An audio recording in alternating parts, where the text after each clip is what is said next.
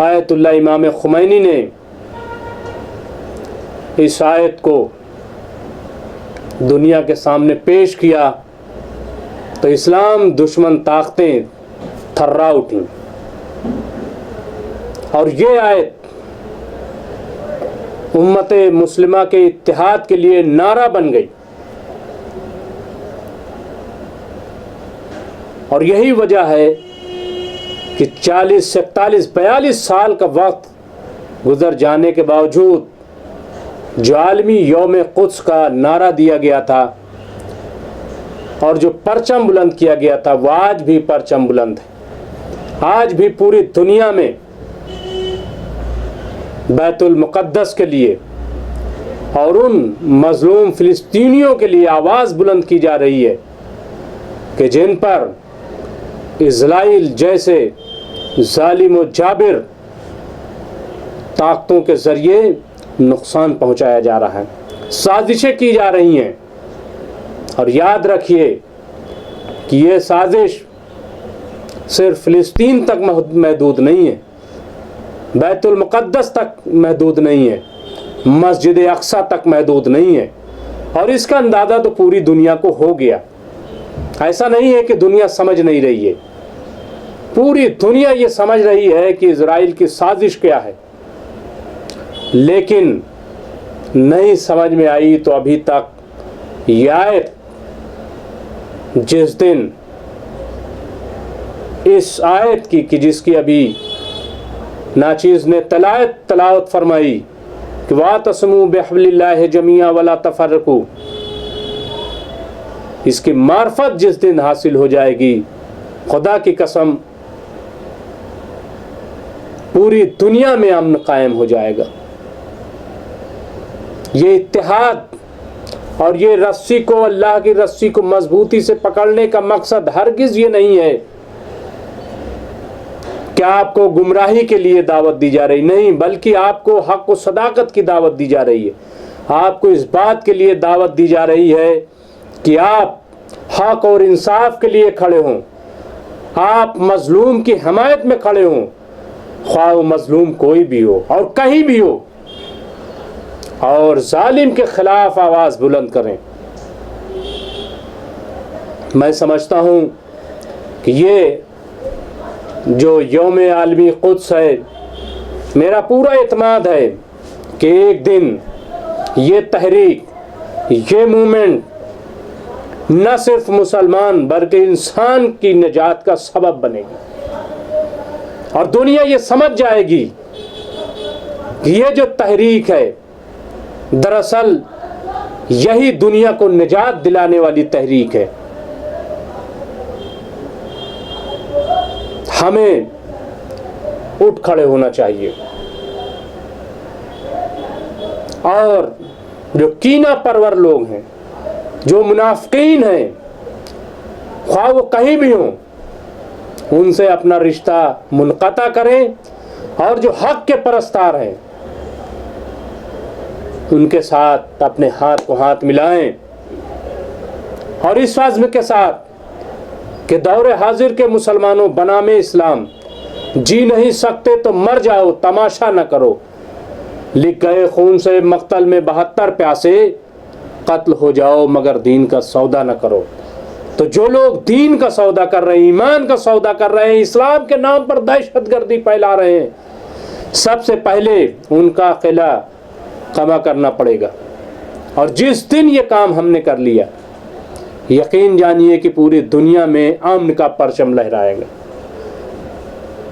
میں مبارکباد پیش کرتا ہوں ان لوگوں کو، ان تنظیموں کو، ان جماعتوں کو، ان شخصیات کو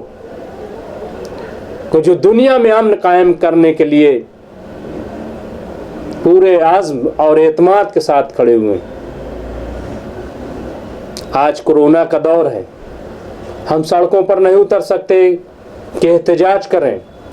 فلسطینیوں کی اور مظلومین کی حمایت میں آواز بلند کریں، لیکن سوشل میڈیا آج ایک بڑا پلیٹ فارم ہے کہ اگر ہر طرف سے یہ آواز بلند کی جائے تو میں سمجھتا ہوں کہ یہ بہت ہی کارآمد پلیٹ فارم ہے، اور یہ ایک معجزہ بھی ہے۔ آج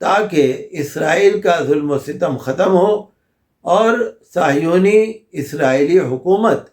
جو بیت المقدس پر، مسجد اقصیٰ پر ناجائز طور سے قبضہ جمانا چاہتی ہے، اس کے لیے بھی صدائے احتجاج بلند ہو۔ لہذا میں سب سے یہی اپیل کرتا ہوں کہ یوم القدس کو منائیں اور فلسطینیوں کے ساتھ اظہار یکجہتی کریں اور اسرائیلی صہیونی جارحیت کی مذمت کریں اور اس کے خلاف احتجاج بلند کریں۔ جناب ڈاکٹر مفتی مکرم صاحب کے بعد اب میں گزارش گزار ہوں جناب professor Akhtar الواسع، vice chancellor Maulana Azad university جودھ پور کی خدمت میں کہ وہ مسئلہ فلسطین اور امت مسلمہ کو درپیش مسائل اور عالمی یوم قدس کے موقع پر کس طریقے سے ان مسائل کو حل کیا جا سکتا ہے، اس موضوع پر روشنی ڈالیں۔ رمضان کا جو آخری جمعہ ہے جسے ہم جمعۃ الوداع کہتے ہیں، اس کو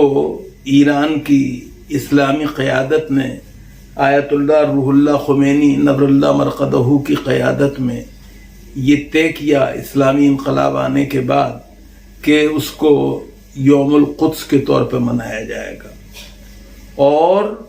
یہ کوئی روایتی فیصلہ نہیں تھا، یہ بنیادی طور پہ ساری دنیا کے اندر ایک نئی بیداری پیدا کرنی تھی، ایک نئی سوچ کو جنم دینا تھا، فلسطینیوں کی حمایت میں لوگوں کے جذبات کو ایک نئی صورت اور نئی شکل دینی تھی، جس کے لیے اسلامی تاریخ نہیں، انسانی تاریخ میں جو